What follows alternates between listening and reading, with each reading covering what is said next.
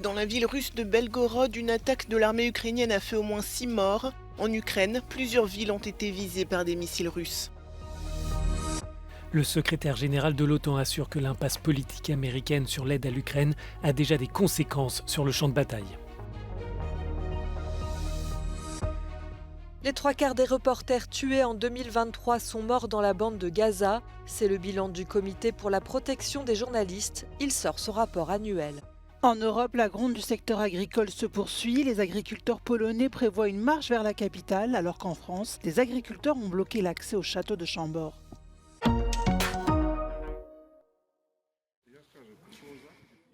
Des maisons fortement endommagées. C'est le bilan matériel des attaques russes qui ont frappé Khmelnytsky à l'ouest de l'Ukraine.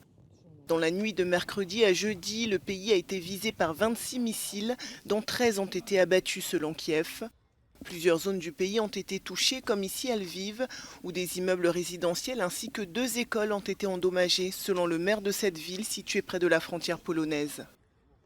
Dans la ville de Kupiansk à l'est, les dégâts ne sont pas seulement matériels. Au moins 2 personnes auraient été tuées lors de cet assaut russe. Ces dernières semaines, Moscou a intensifié ses attaques aériennes, mais c'est aussi le cas pour Kiev. De l'autre côté de la frontière, un bombardement imputé à l'armée ukrainienne a touché jeudi un centre commercial dans la ville russe de Belgorod. Bilan, au moins 6 morts et 17 blessés selon les autorités locales.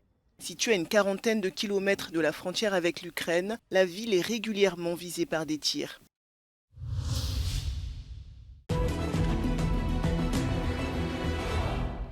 NATO Secretary General Jens Stoltenberg stated that NATO does not see any immediate threat of military attacks on a NATO member, but noted that there is a constant risk of hybrid attacks. The Institute for the Study of War has recently observed Kremlin actors, including Russian President Vladimir Putin, setting informational conditions to justify possible Russian hybrid attacks on Moldova, as well as the Baltic states, Denmark and Finland. In its latest assessment, the US-based think tank says the Kremlin is conducting information operations against Moldova very similar to those that the Kremlin used before its invasions of Ukraine in 2014 and 2022, likely to set conditions to justify possible future Russian escalation against Moldova. Although the timing of a possible Russian hybrid operation there is unclear, the Kremlin is setting informational conditions to make it possible soon. Earlier, the Estonian Foreign Intelligence Service stated that the Russian military's ongoing restructuring and expansion effort aims to intensify Russian military's posturing against Finland and the wider NATO alliance.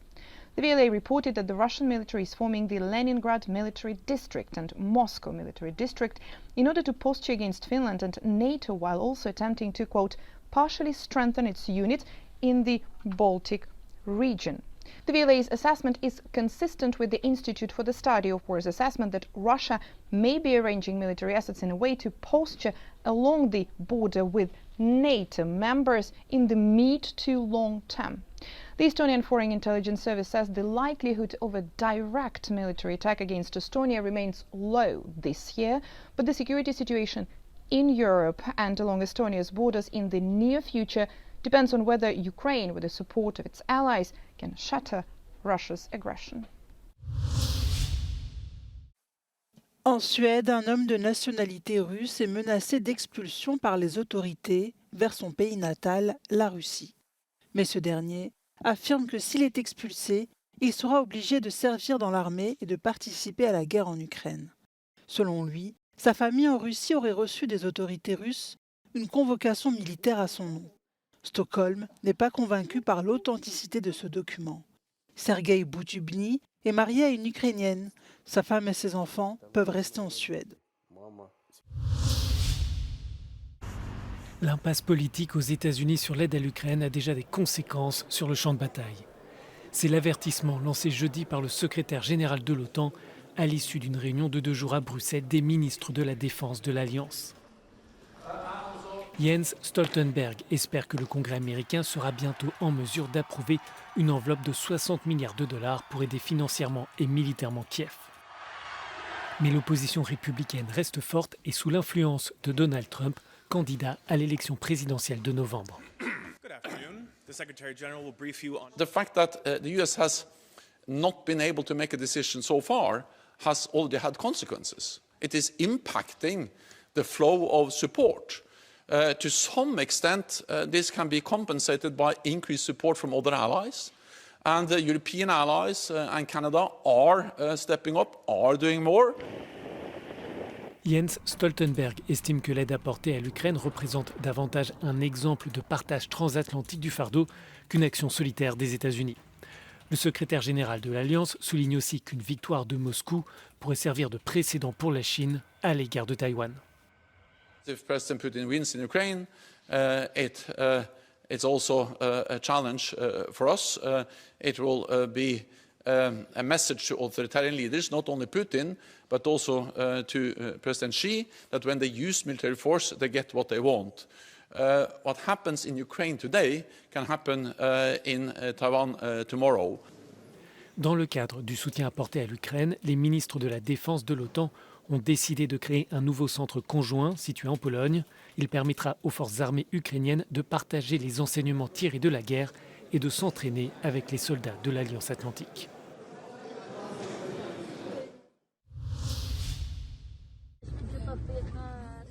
La guerre à Gaza est particulièrement meurtrière pour les reporters.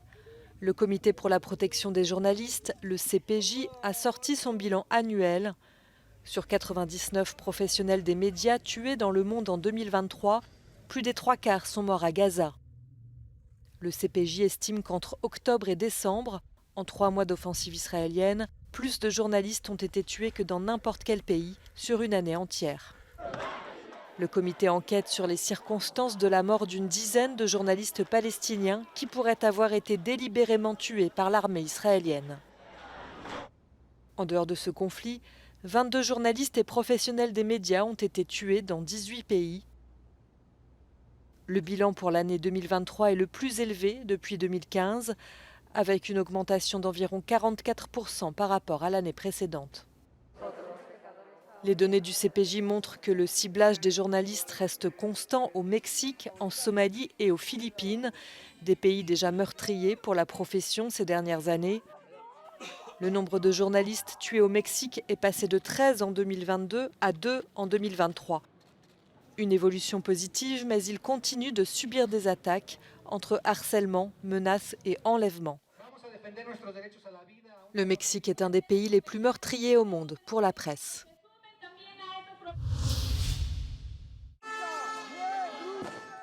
En Europe, la gronde du secteur agricole ne faiblit pas dans certains pays, comme ici en Pologne, où les agriculteurs ont bloqué les routes à la frontière ukrainienne. Dans leur ligne de mire, l'importation de produits importés d'Ukraine, mais aussi le pacte vert européen qui, selon eux, nuit à leur profession. Les agriculteurs polonais annoncent une grande marche en direction de Varsovie le 20 février prochain. À Madrid, leurs homologues espagnols manifestent depuis une dizaine de jours, notamment devant le ministère de l'Agriculture. Quedan muchas más ganas y si no se oye, vamos a seguir todavía más. Les agriculteurs espagnols réclament au gouvernement un choc ambitieux pour lutter contre la concurrence déloyale, mais aussi la sécheresse qui décime les exploitations du pays. Dans l'Hexagone, insatisfaits par les annonces du gouvernement, certains agriculteurs français ont repris leur mouvement. Ils ont bloqué à l'aide de tracteurs l'accès au château de Chambord, dans la vallée de la Loire. 4, 3, 2, 1, ignition.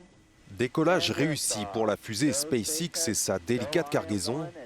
Novacé, un alunisseur de plus de 4 mètres de haut, truffé d'instruments scientifiques de la NASA. Son objectif, se poser sur le pôle sud de la Lune, où l'agence spatiale compte envoyer ses astronautes au plus tôt en 2026.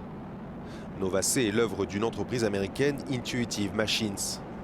Après les États-Unis, l'Union soviétique, la Chine, l'Inde et le Japon, le 6e acteur à réussir un alunissage pourrait bien, pour la première fois dans l'histoire spatiale, être privé.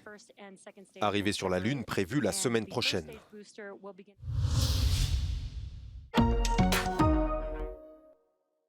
La guerra tra Israele e Hamas sta scuotendo l'Europa. La Germania, con una delle comunità palestinesi più grandi d'Europa e il peso storico dell'Olocausto, sta affrontando ondate crescenti di antisemitismo e islamofobia. Quanto pesa la storia della Germania nella risposta della classe politica?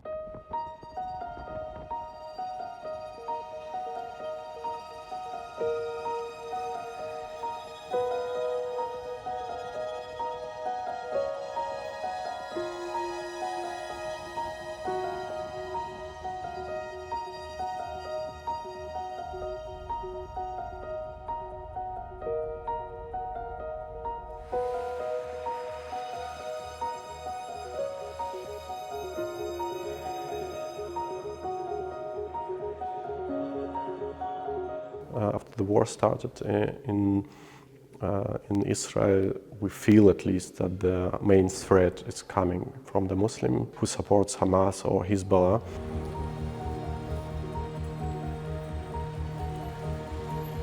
Die Wahrnehmung in Deutschland ist tatsächlich so, dass einige den Eindruck haben, dass die Angriffe auf das muslimische Leben oft in der Öffentlichkeit nicht diese Aufmerksamkeit erfährt. Das Vertrauen in den Staat fehlt in einigen Teilen der arabischen Community, dass sie nicht dieses Vertrauen in den Staat haben.